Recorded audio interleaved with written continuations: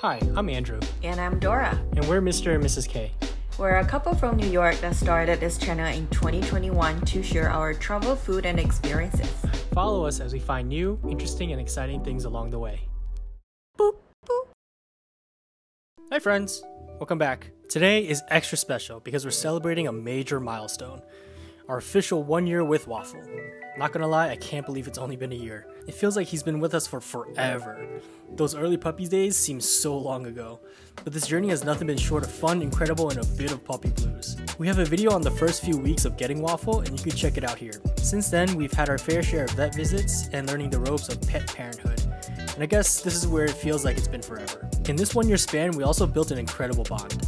From basic commands to having this guy as our little travel buddy. It's quite amazing to see how far we've come and making our adventures extra special. Today, we take you on a journey through the highlights, lowlights, and everything else in between the past year. Warning, this is a pretty long video, but one filled with all this fluffy cuteness.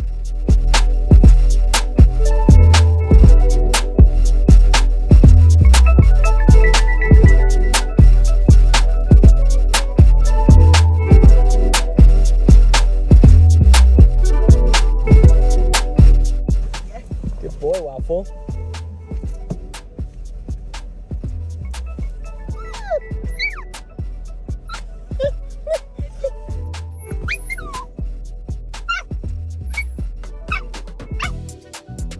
We won't get into the first few weeks of bringing him home because you can see that here. Not gonna lie, making this video made us tear up a little. Seeing how small he was in these clips really got to us. I'm so glad we recorded as much as we could. Through these, we were able to experience a lot of his firsts, like playing with his first toys, bones, first walks, first time at the park, first grooming session, first plane experience, and more. Learning about him, some of his tendencies, and his personality. Like the way he sleeps, how he interacts with other dogs, his love for Rihanna during the halftime show, the way he has to interfere with our work, his need to include himself every time he sees PDA, and much, much more. For those of you who are looking to get a puppy, I highly recommend enjoying every moment with them. And even if you're not going to create videos, maybe try to capture as much as you can so you can look back. It was nice to capture moments like when Doro got home from work and Waffle would get excited. Waffle. Hi. Hello. Hey. Waffle. Yeah. Hello. Wow, Waffle 变好重。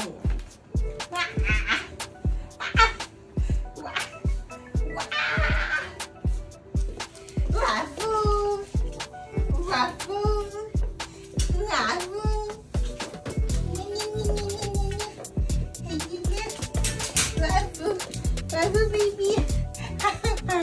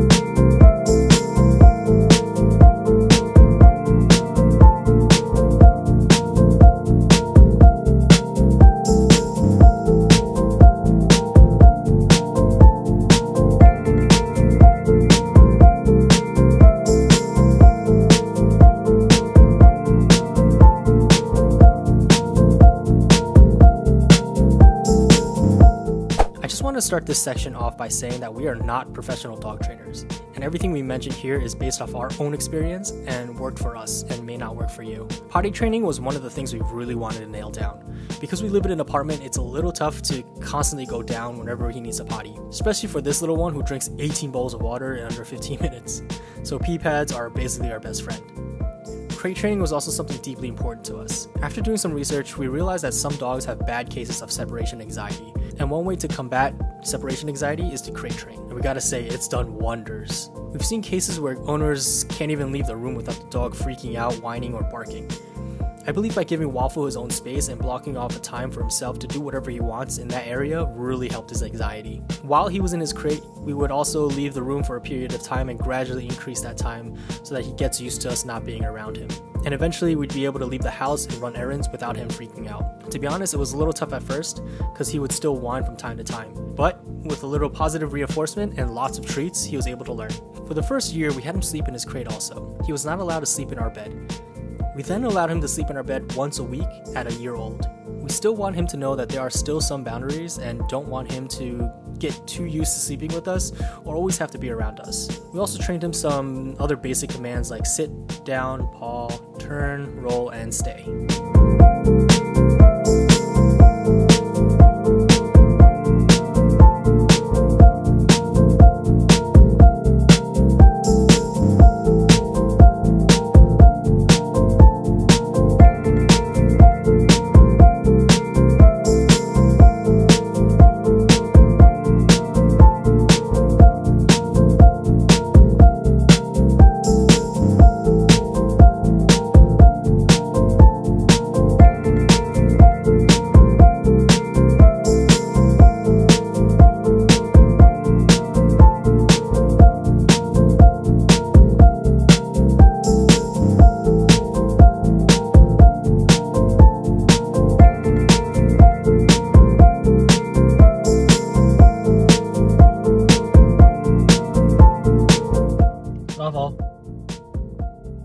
Waffle.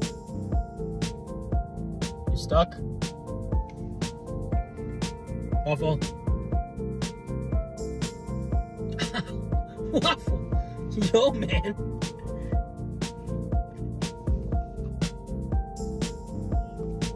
Comfortable that way?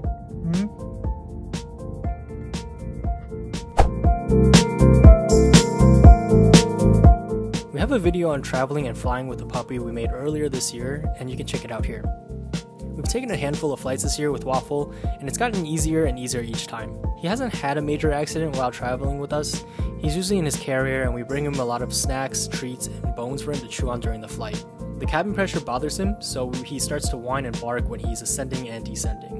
But honestly, I whine and bark too when the cabin pressure gets to me. Now when we go on trips and bring Waffle along, there are a few extra steps in the planning process, like hotels and Airbnbs. We have to make sure that they allow dogs, and the places we travel to, we do a little extra research to see if it's a dog-friendly area.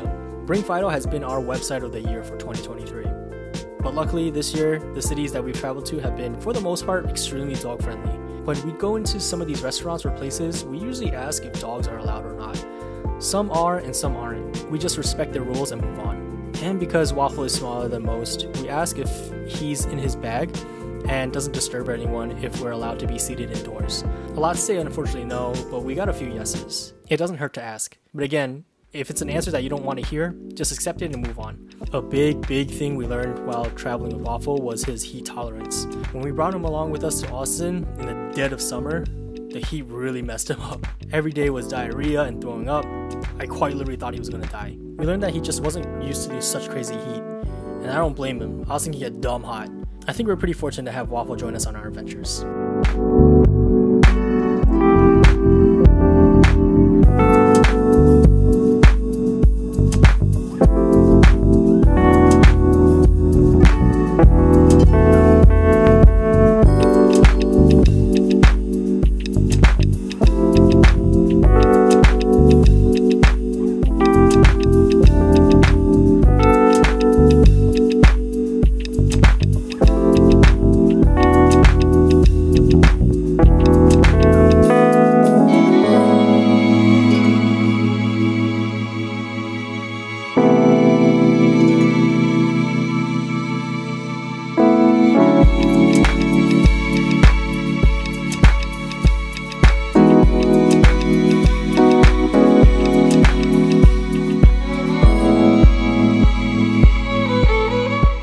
This is probably where we have the biggest issue.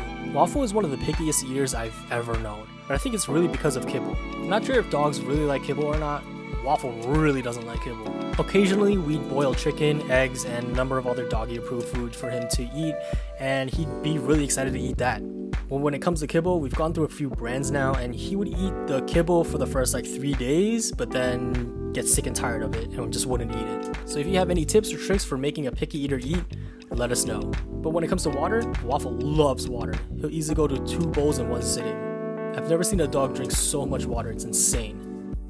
We were so excited to get him groomed for the first time. Most, if not all, groomers have requirements before your puppy can get groomed. Definitely call your groomer to see what those requirements are. By the time Waffle was 12 weeks old, his fur was pretty much out of control, so it was definitely time to get groomed. We honestly didn't realize how skinny Waffle actually was. He had so much fur that we actually thought he might be overweight, but it was really just his coat. After this visit, we would bring him back once a month to get groomed. The process would take about 4 hours each visit, and the place we go to gives him a cute tie or something fun after his grooming. Aside from going to the groomers, we would also brush his fur, ideally every day, but sometimes it would be every other day. Poodles are known for matting and could get pretty bad. We noticed that as he got older, the matting situation would get worse and worse. Literally everything would get him matted, even with our daily brushing and detangling. We now understand why some poodle owners would just keep their poodle's fur extremely short. It could be a lot of work depending on your breed.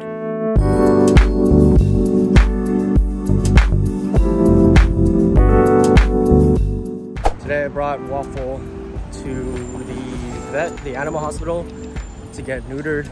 Today is the unfortunate day Waffle loses his manhood. I mean, the hospital seems pretty nice and they look like they know what they're doing, so I trust them. But Dora and I were still kind of like nervous. Hopefully things go smoothly. And I don't see why things wouldn't, but you never know, right? So it's like an all-day procedure, so I think they're gonna give me a call around like 4 or 5 o'clock, and then I can pick him up maybe, I think latest at 7. So let's cross our fingers.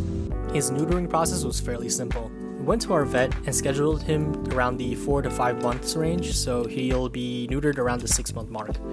We took him in and the procedure was basically a full day. Once I picked him up, he seemed so sad. He couldn't be his normal self when he saw me. We took him home and he had his cone of shame so he wouldn't lick the wound. Though because he was smaller, the cone didn't really fit him well, so the vet advised on getting a donut, which we did. Waffle seemed a little happier to use the donut over the cone. He had to be in the donut for about 14 days. This was possibly the longest 14 days I've ever been through. I felt so bad for Waffle. He couldn't run, jump, or play. He would just lay there. In addition, he didn't eat, poop, or pee for like 2 days, which really worried us. But once he ate, pooped, and peed, we were incredibly happy.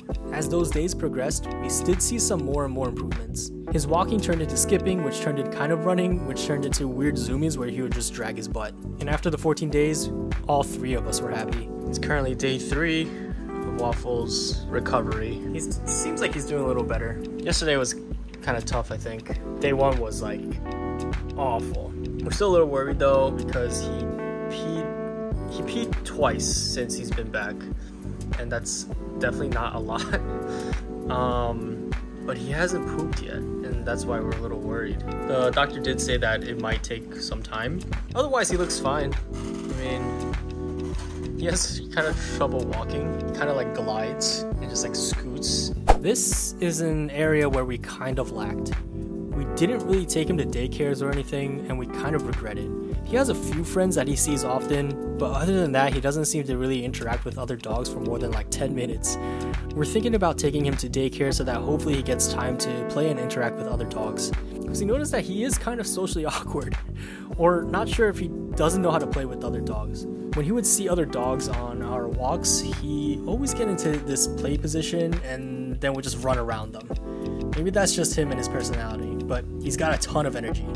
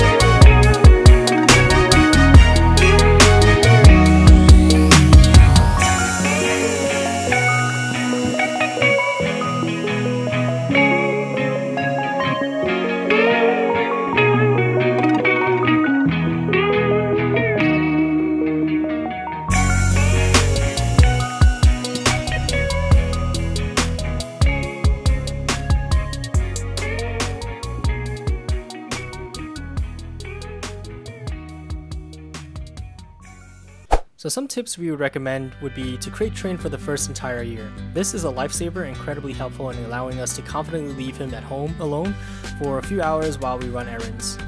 Socializing your puppy, like we said, this is something we didn't really do and kind of regret. We should have brought him to daycare and have him interact and play with other dogs.